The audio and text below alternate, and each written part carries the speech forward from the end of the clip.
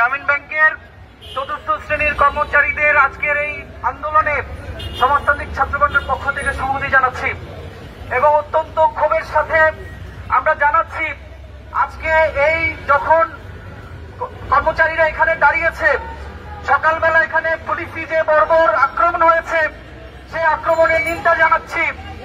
আমরা এই গণ অভ্যুত্থান পরবর্তী বাংলাদেশে অন্তত এটা প্রত্যাশা করি না যে রাস্তায় দাঁড়িয়ে অন্তত প্রেস ক্লাবে দাঁড়িয়ে আমরা আমাদের দাবি জানাতে পারবো না। দেশের শ্রমিকরা তাদের কথা বলতে পারবে না, দেশের কর্মচারীরা তাদের কথা বলতে পারবে না। এইটা গণ অভ্যুত্থান পরবর্তী বাংলাদেশে আমরা প্রত্যাশা করি না।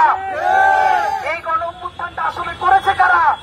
এই গণ অভ্যুত্থানটা যারা বিদেশ থেকে এসে এখানে ক্ষমতা নিয়েছে তারা করে নাই।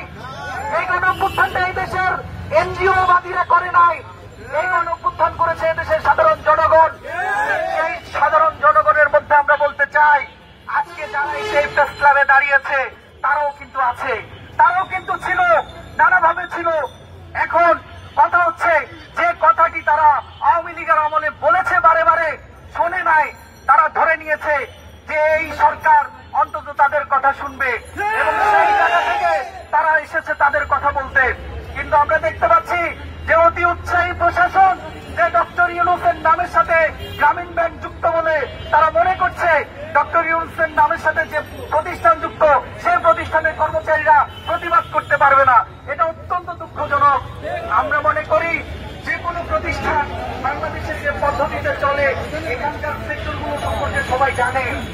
এখানে এই যে সবগুলো সেক্টরে আমরা দেখবো এই চতুর্থ শ্রেণীর কর্মচারীদের অবস্থা খুবই শোচনীয় এবং গ্রামীণ ব্যাংকের মতো প্রতিষ্ঠান দীর্ঘদিন ধরে বাংলাদেশে একটা সুনামের সাথে ব্যবসা করে আসছে, কিন্তু তাদের নানা ধরনের বদনামের দিকও আছে এবং এই নামের সাথে ডক্টর ইউনূস বর্তমানে যিনি বাংলাদেশের প্রধান উপদেষ্টা তার নাম যুক্ত।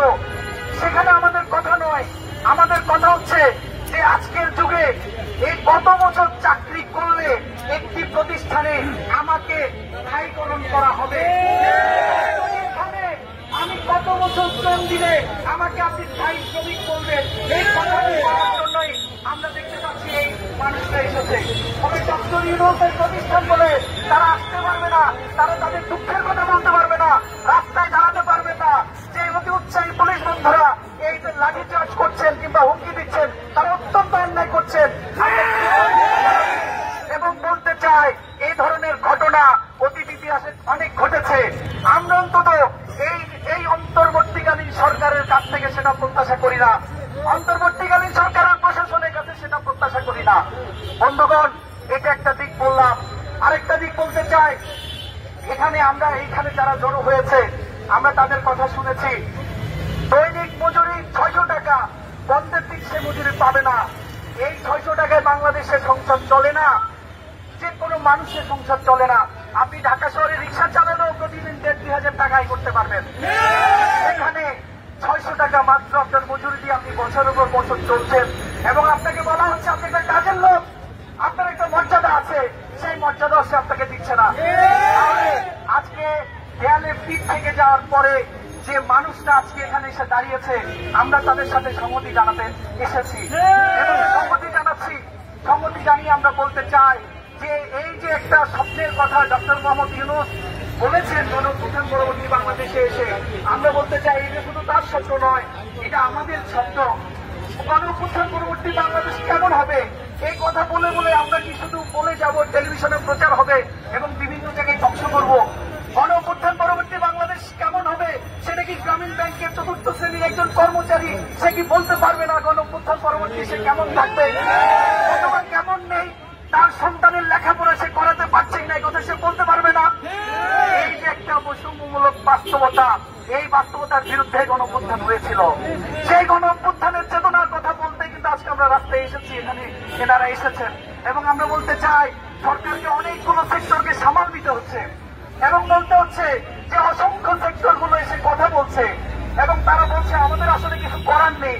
এখানে আওয়ামী লীগ সরকারের আমলে দীর্ঘদিনের যে দুঃশাসন, সেই দুঃশাসনের কারণে এমন পরিস্থিতি তৈরি হয়েছে অনেকগুলো সেক্টরে করার উপায় আসলে সরকারের নেই। এটা সরকারের পক্ষ থেকে বিভিন্ন ক্ষেত্রে বলা হচ্ছে, কিন্তু আমরা বলতে চাই ডক্টর ইউনূসকে এটা তো আপনার প্রতিষ্ঠান, আপনি তো এটার সাথে যুক্ত ছিলেন, আপনি এই যে বড় বড় কথা বলেন বলেন, এই যে দেশের বাইরে গিয়ে এত হাস্যরস করে কথা বলেন, আপনার কথায় মুগ্ধ হয় পৃথিবীর অন্যতম শীর্ষ ধনী ব্যক্তি, আপনার কথায় মুগ্ধ হয় পৃথিবীর অন্যতম শ্রেষ্ঠ দুর্নীতিবাদ লুটপাটকারীরা, বাংলাদেশের সবচেয়ে দলদাস লোকেরা। অথচ আপনি এই দেশের মানুষের দুঃখের কথা বোঝেন, আপনার প্রতিষ্ঠানের মানুষের দুঃখের কথা বোঝেন না। এটা অত্যন্ত আমাদের জন্য বেদনাদায়ক। ফলে আমরা বলতে চাই, ডক্টর মোহাম্মদ ইউনূস যদি মনে করেন উনি বর্তমানে গ্রামীণ ব্যাংকের কেউ না, আমরা মনে করি যে উনি এই গ্রামীণ ব্যাংক গড়ে তুলেছেন, এটার সাথে তিনি যুক্ত আছেন এবং যুক্ত ছিলেন বলে এই ব্যাপারটা অত্যন্ত সিরিয়াস, ছিলেন বলে আমি কিন্তু আজকে রাস্তায় এসে দাঁড়াতে পারছি না। আমাদের বলছে যে গ্রামীণ ব্যাংকের বিরুদ্ধে বলা যাবে না। What a fascist system, what a fascist attitude. এই ফ্যাসিস্ট অ্যাটিটিউড এবং ফ্যাসিস্ট সিস্টেম শেখ হাসিনা কায়েম করেছে। ওই শেখ পরিবারের বিরুদ্ধে বলা যাবে না, ওই অমুকের বিরুদ্ধে বলা যাবে না, ওই শেখ মুজিবের বিরুদ্ধে বলা যাবে না, শেখ মুজিবের কথা বলা যাবে না, ওই শেখ পরিবারের কোন একটা প্রতিষ্ঠানের কথা বলা যাবে না। এই না বলা কথাকে শেষ পর্যন্ত আমরা বলেছি এবং লক্ষ লক্ষ মানুষ বলেছে। ফলে আমরা বলতে চাই, এই যে একটা অংশ এসে আজকে বলতেছে, তারা যখন সর্বশেষ এখানে একটা প্রেস কনফারেন্স করেছে আমরা শুনেছি, তাদের বিভিন্ন জেলায় তাদেরকে কিন্তু বিভিন্ন তাদের প্রতিষ্ঠানে ঢুকতে দিচ্ছে না।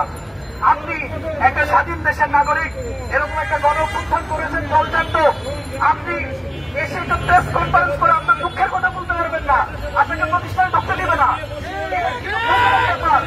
এই যে কি আমি আমার কথা বলতে পারবো না নাগরিক হিসেবে, আমি আমার কথা বলতে পারবো না প্রতিষ্ঠানে একটা বঞ্চিত মানুষ হিসেবে, আমি আমার কথা বলতে পারবো না একজন এখানকার ভুক্তভোগী মানুষ হিসেবে, আমি আমার কথা বললে আমাকে আমার প্রতিষ্ঠানে ঢুকতে দিবে না।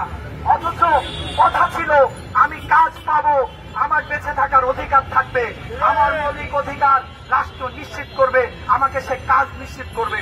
অথচ সে আমাকে কাজ নিশ্চিত করেছে মাত্র 600 টাকা মজুরি। আমাকে বলা হয় কাজের লোক, আমাকে বলা হয় যেদিন আমি কাজ করবো না সেদিন আমি মজুরি পাবো না, আমাকে বলা হয় আমি যদি প্রতিবাদ করি আমাকে প্রতিষ্ঠানে ঢুকতে দিবে না। এই ধরনের অপমানের, এই ধরনের লজ্জার জীবন অন্তত আমরা চাই না। ফলে আজকে আমরা সমাজতান্ত্রিক ছাত্রফ্রন্টের পক্ষ থেকে এখানে এই গ্রামীণ ব্যাংকের বন্ধুদের সাথে সংহতি জানাচ্ছি এবং আমরা তাদেরকে বলতে চাই যে এই আন্দোলন আপনারা চালিয়ে যাবেন, আমরা ছাত্ররা আপনাদের পাশে আছি এবং পাশে থাকাটা আমাদের কমিটমেন্ট, পাশে থাকাটা আমাদের কমিটমেন্ট। এটার জন্যই কিন্তু আমরা এই রাস্তায় নেমে একটা ফ্যাসিস্ট সরকারকে বিদায় করেছি। সরকারের আমলাতন্ত্র যদি মনে করে, এই সরকারের যে সিস্টেম কাঠামো যদি মনে করে যে এই সরকারের বিভিন্ন বিষয়ে বলার মধ্য দিয়ে এখানে তাকে ডিস্টার্ব করা হয়, অন্তত গ্রামীণ ব্যাংক দিয়ে বললে সরকার যদি ডিস্টার্ব বোধ করে তাহলে আমরা বলবো সরি ডক্টর ইউনূস, আমাদেরকে বলতেই হবে, আমাদেরকে বলতে দিতেই হবে। এটাই হচ্ছে আমাদের গণঅভ্যুত্থানের চেতনা। ফলে আমরা আপনাদেরকে বলতে চাই, আপনারা বলুন, যত বাধা আসুক আপনারা বলুন। এবং আমরা সরকারকে বলতে চাই, এই যে রাস্তা না আটকালে, এই যে পিকেটিং না করলে, এই যে গাড়ি ভাঙচুর না করলে দাবি আদায় হয় না। আওয়ামী লীগ সরকার আমলে আমরা দেখেছি এই কালচার আপনারা এইভাবে আর চর্চা করেন না, আপনারা চর্চা করেন না, শাহবাগ না আটকালে আপনারা দাবি মানবেন না এবং আপনারা চর্চা করেন না ওই দিনমিনের ছাত্ররা দিনের পর দিন রাস্তা আটকে রাখতে পারে আর আমাদের এই ভাইরা প্রেস ক্লাবে দাঁড়ালে আপনাদের চুলকানি হয়। চর্চা আপনারা করেন না, এই বৈষম্য আপনারা করেন না। দিনমিনের সন্তানদের বাবারা সন্তানরা দাঁড়াতে পারলে তাদের বাবারাও দাঁড়াতে পারে। এইটুকু অন্তত আপনি বুঝুন যে সন্তানের চেয়ে বাবার দেয়ালে পিঠ থাকাটা সবচেয়ে বেশি। ফলে আপনাকে ডিস্টার্ব করার জন্য নামছে কিনা সেটা আপনি না দেখে আপনি দেখুন যৌক্তিক কথা নিয়ে সে নামছে কিনা। আমরা মিডিয়ার ভাইদের বলতে চাই যে যৌক্তিক কথা নিয়ে এই মানুষগুলো এসেছে কিনা এবং এই বলতে চাই সংখ্যায় তারা কতজন সেটাও বড় কথা নয়। একজন মানুষও যদি দাবি করে সে ভালো নেই, একটা গণতান্ত্রিক রাষ্ট্র তার কথাটা শুনবে, সবচেয়ে বড় কথা বলতে চাই। ফলে ওনাদের সাথে আমরা দীর্ঘদিন ধরে আমাদের এখানে অনেকগুলো সংগঠন নানাভাবে তাদের সাথে যুক্ত আছে। আমরা দেখেছি তারা দিনের পর দিন খেয়ে না খেয়ে এই ঢাকা শহরে থাকছে এবং নানাভাবে চেষ্টা করছে তাদের কথাগুলো বলার জন্য, সরকারের বিভিন্ন মহলে বলার জন্য। তারা কিন্তু একদিনে এখানে ব্যানার নিয়ে দাঁড়ায়নি, বিভিন্ন মহলে তারা দীর্ঘদিন ধরে আলোচনা করে আসছে এবং আওয়ামী লীগ সরকার আমল থেকে তারা আলোচনা করে আসছে। এইটা তাদের একটা অধিকার তৈরি হয়েছে যে আমরা আওয়ামী লীগ সরকার আমলে বলেছি বলে এখন আমাদের বলার রাইট আরো বেশি। ফলে আমরা বলতে চাই এই বলার রাইট তাদের দিতে হবে এবং শোনার ব্যাপারটা আপনাদেরকে শুনতে শুনতে হবে। ফলে প্রশাসনকে আমরা বলতে চাই, অতি উৎসাহী হয়ে কোনো আন্দোলনে আপনার হস্তক্ষেপ করবেন না। এবং আমরা ডক্টর ইউনূসের প্রশাসনকে বলতে চাই, শুধু আপনার প্রতিষ্ঠান বলে নয়, এটা আপনাকে শুনতে হবে, কারণ এটা এদের ন্যায্য দাবি। ছাত্রগণের পক্ষ থেকে আবারও সংগ্রামী শুভেচ্ছা এবং লড়াই আপনাদের সাথে থাকবো এই আশ্বাস দিয়ে আমি সমাজতান্ত্রিক ছাত্রগণের পক্ষ থেকে সবাইকে ধন্যবাদ দিয়ে আমার কথা শেষ করছি। সবাইকে ধন্যবাদ।